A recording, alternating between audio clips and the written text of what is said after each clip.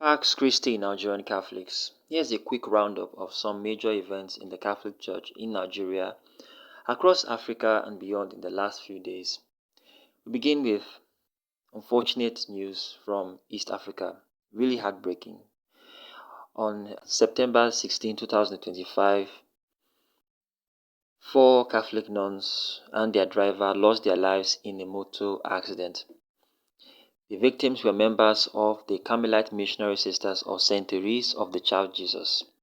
And very sadly, among the deceased were the Superior General of the congregation, Sister Lillian Kapungu, as well as the Secretary General of the congregation, Sister Nerina, and two members of the Missionary Sisters of St. Therese of the Child Jesus. They had passed away while returning from a joyful celebration of the perpetual profession of vows of three of their sisters. They had a collision with a lorry. Their vehicle had a collision with a lorry on their way to Dar es Salaam. One sister survived but remains in critical condition.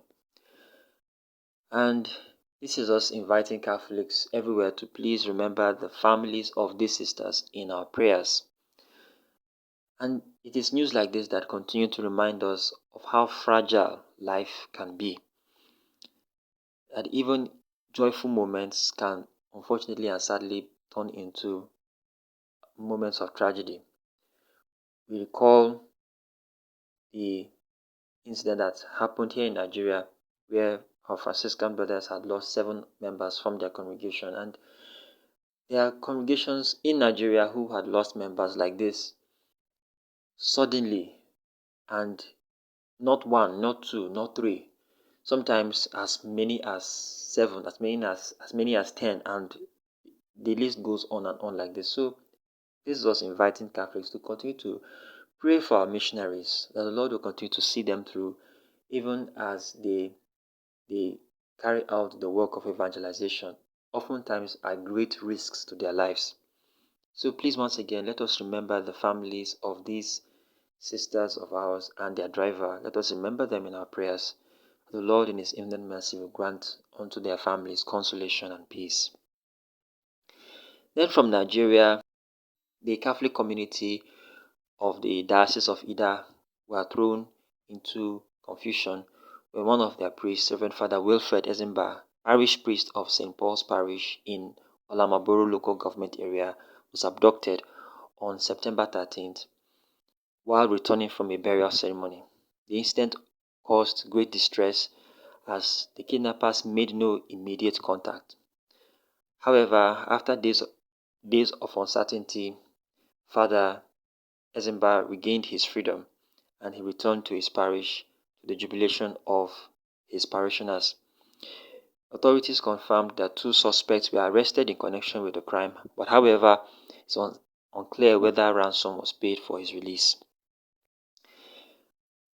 While it is sad that this has happened, we are grateful to God that Father has been released, and this is reminding us of how much sacrifice these priests of ours continue to make in propagating the gospel.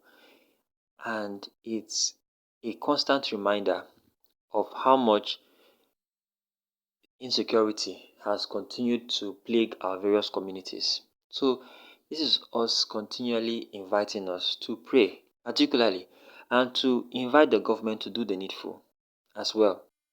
Yes, we have security challenges, but they can be tackled.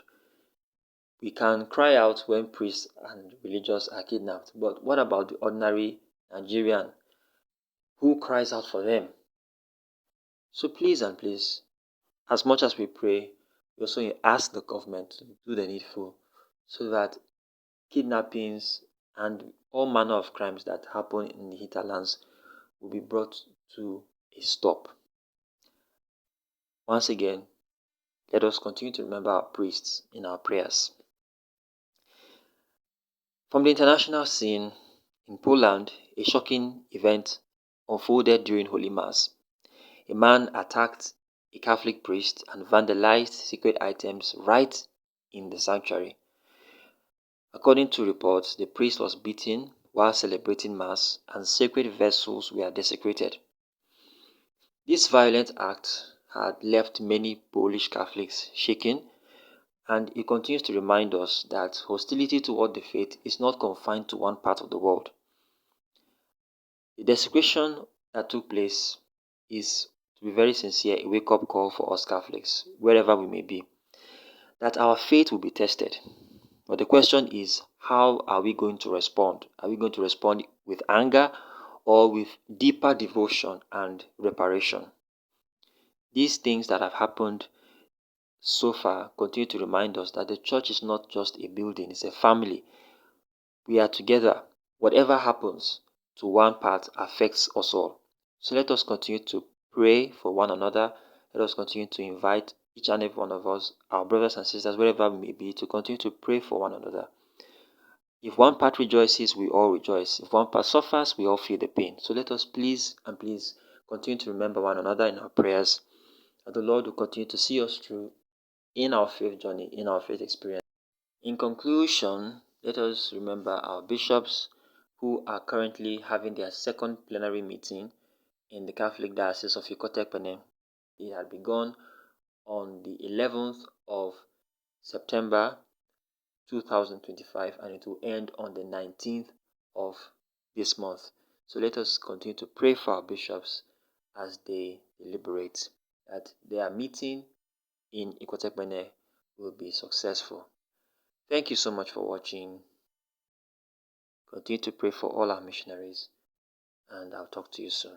God bless you.